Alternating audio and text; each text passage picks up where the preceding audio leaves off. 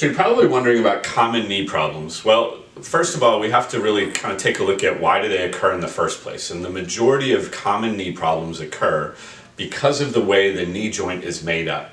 So the knee joint is made up of basically the femur, the bone in your upper leg. It has a rounded bottom to it, and it sits on top of the tibia, the bone in your lower leg that has a flat surface to it. Your knee is a hinge joint, so it's supposed to be just like the hinge of a door.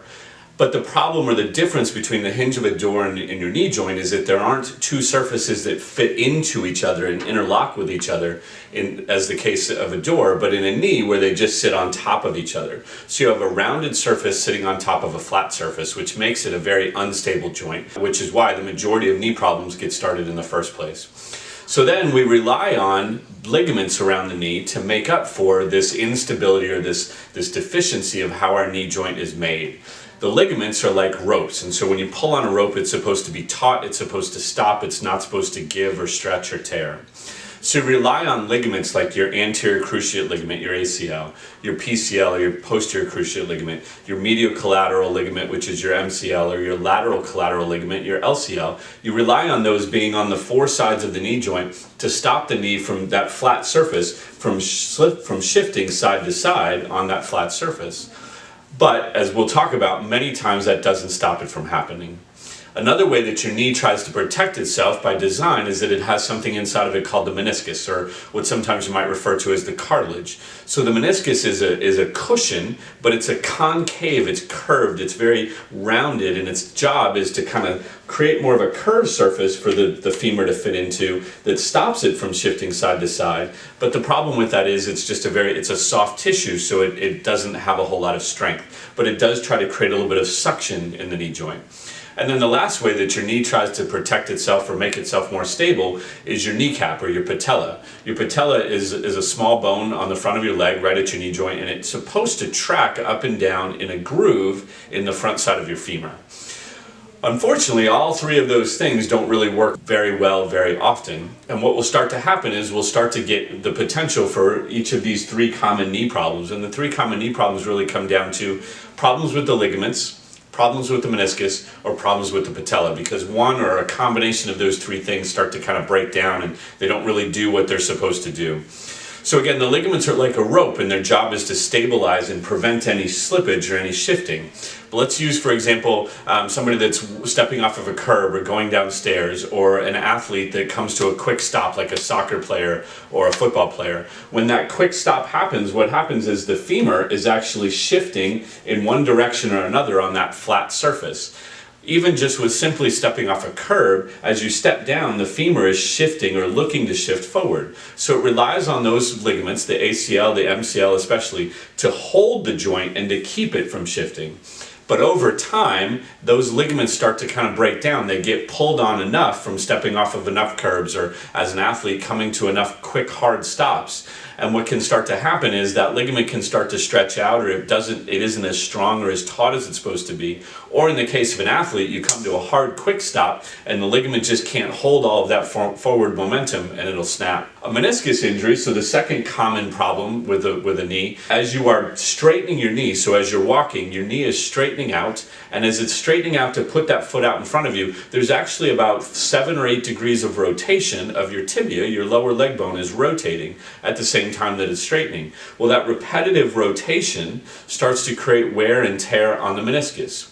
Or, in the case of an athlete, a basketball player who's making an explosive jump up to get a rebound, for example, that meniscus can get caught in the joint, and the same can happen as you're just walking. The meniscus gets caught. It's supposed to rotate with the tibia, but it doesn't. It stays still. It gets caught in between the tibia and the femur. It can cause pain. If it gets caught with enough hard force, it can actually create a tear. And then it becomes like a hangnail. It's this thing that keeps getting caught on, and it will continue to tear and get greater. Or it'll continue to pull back and create more problems. And then the third common problem that we see most often in knees is a patellofemoral problem. So again, the patella is that bone on the front of your knee, and it's supposed to track straight up and down in a groove in the front of the femur.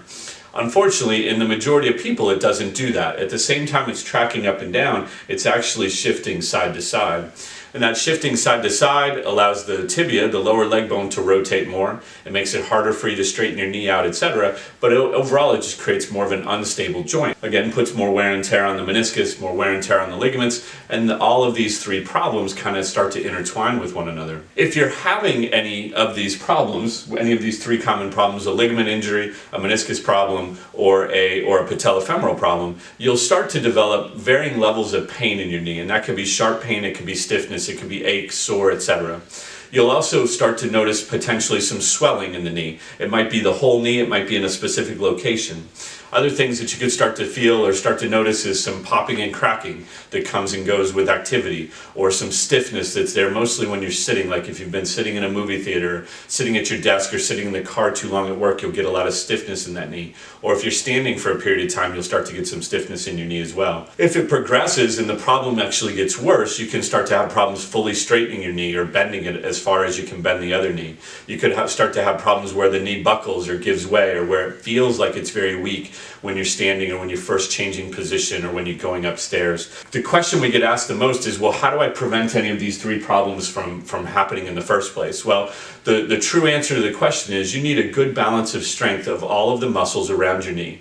Yes, we could lump that into quadricep strengthening and hamstring strengthening and calf strengthening, but there's a lot of muscles that come from the front and the outside and the back side of your hip that also help to control what's going on in the knee. And so all of those muscles need to have a good balance, and that's really the way that you prevent knee problems from occurring. Whether you're an athlete, whether you're somebody that just wants to be walking the dog, doing gardening, whatever it might be, you need to have the right balance of strength and flexibility of those muscles. But if you're starting to develop, or you have any of those symptoms that I mentioned, you have any swelling, any pain, cracking and popping, buckling of the knee, stiffness of the knee, difficulty bending or straightening it, or times where it feels like it's going to give way or buckle on you, all of those are warning signs that things are already beginning to happen in one of those three common problems with the ligaments, the meniscus, or the patellofemoral joint.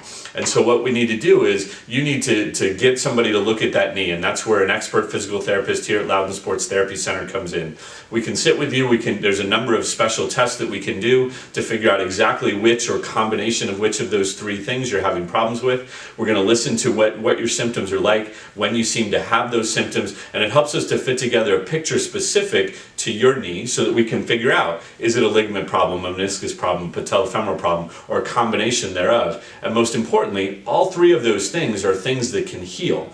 They just need to be given the right environment, the right opportunity to do so. The only thing in your knee that can't heal itself all the way on its own, with the exception of arthritis, is a complete ligament rupture. And you would definitely know if that had happened. You'd be having a lot of instability. You would have had a specific trauma. Typically it's something that we see in an athlete or in somebody that has a lot of contact in their day, contact or impact on their knee.